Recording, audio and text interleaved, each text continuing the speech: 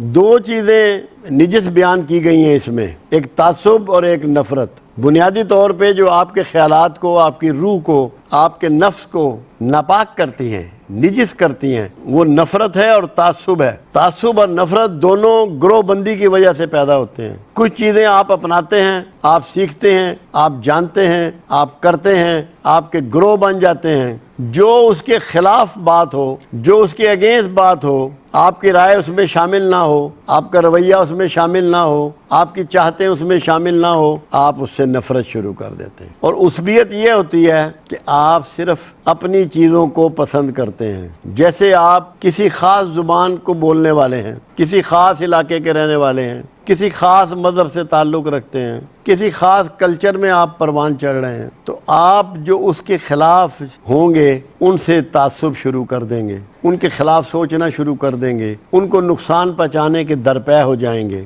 اللہ نے قرآن حکیم میں ایک بات کہی، اگر ہم چاہتے تو تم سب ایک ہی دین پر ہوتے۔ اللہ نے نہیں چاہا کہ تم سب ایک دین پر ہو۔ اللہ کو ورائٹی پسند ہے، اس نے ورائٹی رکھی ہے، لوگوں کے انداز مختلف، تعلیمات مختلف، مذاہب مختلف۔ اگر اللہ چاہے تو کیا ایک منٹ کے 1000ویں حصے میں سب کو دین کی دعوت نہیں دے سکتا اور ان سب کو اتنا ہیبت زدہ کر دے کہ سارے نیک مسلمان بن جائیں؟ آپ سب کے رویے ایک منٹ کے 1000ویں حصے میں بدل کے رکھ چھوڑے، کوئی بندہ کوئی برائی کرے ہی نہ، کسی قسم کی خطا کرے ہی نہ، بھول کرے ہی نہ، گناہ کرے ہی نہ۔ مگر اللہ نے ایسا نہیں کیا۔ اللہ کو اپنی ورائٹی پسند ہے۔ آپ دیکھیں کتنی قسم کے رنگ ہیں کائنات میں، یہ اللہ کی مرضی کے بغیر ہیں۔ کتنا قسم کی آوازیں ہیں کائنات میں، اللہ کی مرضی کے بغیر ہیں۔ کتنی قسم کے ذائقے ہیں آپ کے اس زبان پر، کتنے قسم کے چہرے ہیں، کتنی قسم کے جسم ہیں، کتنے قسم کی چال ہے، چہروں کے کیسے کیسے رنگ ہیں، لوگوں کی ہیبٹس کیسی کیسی ہیں،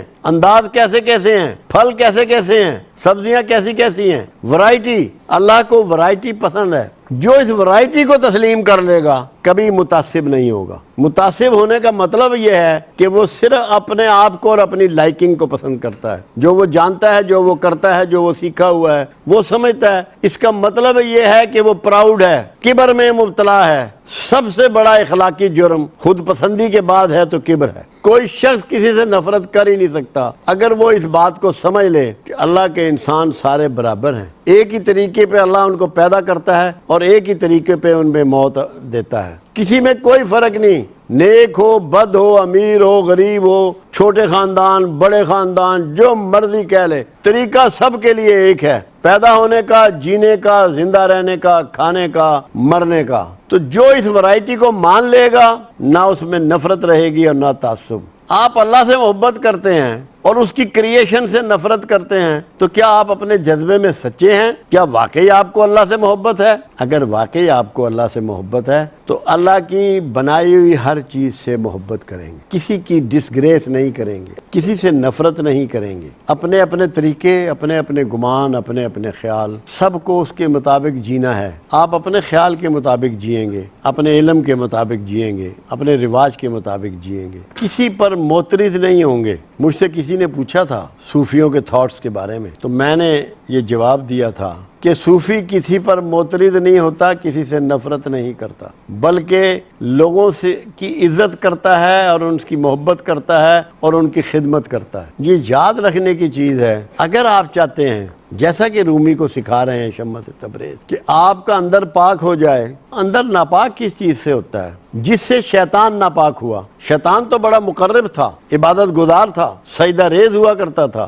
بہت علم والا تھا، اس کا نام عزازیل تھا، مگر جب وہ مایوس ہوا تو اس کا نام اللہ نے رکھا ابلیس۔ ابلیس کہتے ہیں انتہائی نامراد اور مایوس کو۔ کیوں ایسا ہوا؟ وہ خود پسندی کا شکار ہوا کہ میں آدم سے بہتر ہوں، مجھے تو نے آگ سے بنایا ہے، اس کو تو نے مٹی سے بنایا ہے، میں تیرا مقرب ہوں۔ اس قرب پر بھی کبر کا شکار ہوا۔ تو پہلی برائی کیا ہے؟ خود پسندی، جو شیطان کو ملی، جس کی وجہ سے وہ راندہ درگاہ ہوا۔ دوسری برائی ہے کبر کرنا، اپنے علم پر، اپنی حیثیت پر، اپنے تعلق پر، اپنی عبادت پر۔ یہ وہ غلاظت ہے جو آپ کے اندر گھس جاتی ہے، جس سے آپ ناپاک ہو جاتے ہیں، غلیظ ہو جاتا ہے انسان۔ پھر تعصب کیا کہ آدم کو تو نے خلیفۃ الارض بنا دیا جبکہ یہ مجھے ہونا چاہیے تھا۔ کسی کو جو اللہ کی طرف سے ملے اس پہ ناخوش ہونا، تعصب کرنا، حسد تک کرنے لگ پڑا۔ اور اسی گھمنڈ میں اللہ سے معافی بھی نہیں مانگی، توبہ بھی نہیں کی، خواہشات پیدا کرنے لگ پڑا، جھوٹ اختیار کر لیا۔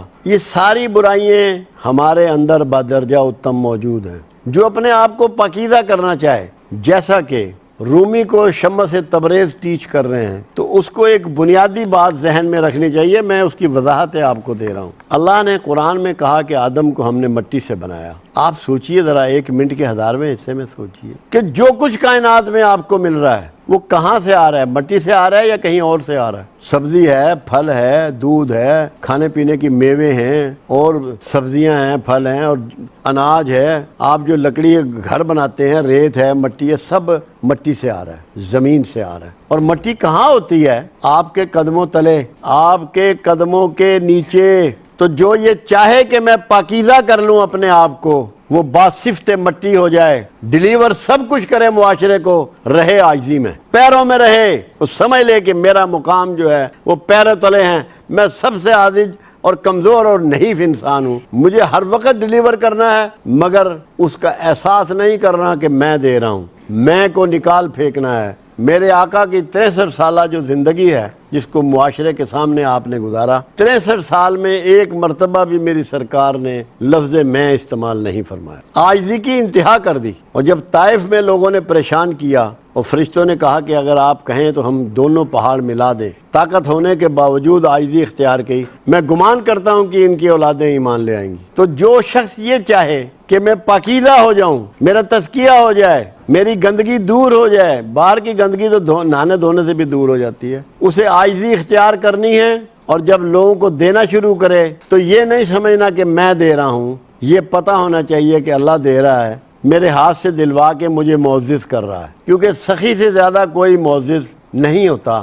مختلف انداز میں یہ چیزیں سکھائی ہیں شمس تبریز علیہ رحمت نے جلال الدین علیہ رحمہ کو۔ تو پاکیزگی کے بغیر کسی کی بھی کوئی اچیومنٹ نہیں ہو سکتی، کوئی کامیابی نہیں ہو سکتی۔ جو لوگ نجس ہیں اپنی سوچوں میں، اپنے خیالات میں، اپنے رویوں میں، ان سے کوئی پازیٹیو کام نہیں ہو سکتا۔ جو شخص یہ چاہے میں اپنے لیے، عزیز و اقربا کے لیے، اپنی اولاد کے لیے، اپنے ملک و ملت کے لیے، اپنی امت کے لیے اچھے کام کروں، بہتر کام کروں، اچھے انسانوں میں پایا جاؤں، اللہ کا رفیق بن جاؤں، اللہ کا محبوب بن جاؤں، اسے عاجزی اختیار کرنی پڑے گی اور ڈیلیوری شروع کرنی پڑے گی۔ سلطان باہو علیہ رحمہ ایک بہت بڑے ولی اللہ گزرے ہیں، ان کا ایک شعر ہے، جو دم غافل سو دم کافر۔ میں اس کو ایسے سمجھتا ہوں کہ آپ کا جو دن ڈیلیوری سے خالی ہے وہ لمحات کفر ہے۔ چاہے تعلیم دیں، اچھا مشورہ دیں، وقت دیں، پیسہ دیں، سامان دیں، احترام دیں، عزت دیں، پردہ پوشی دیں، کچھ نہ کچھ ڈیلیوری آپ کی ہونی چاہیے۔ جس کی ڈیلیوری نہیں ہے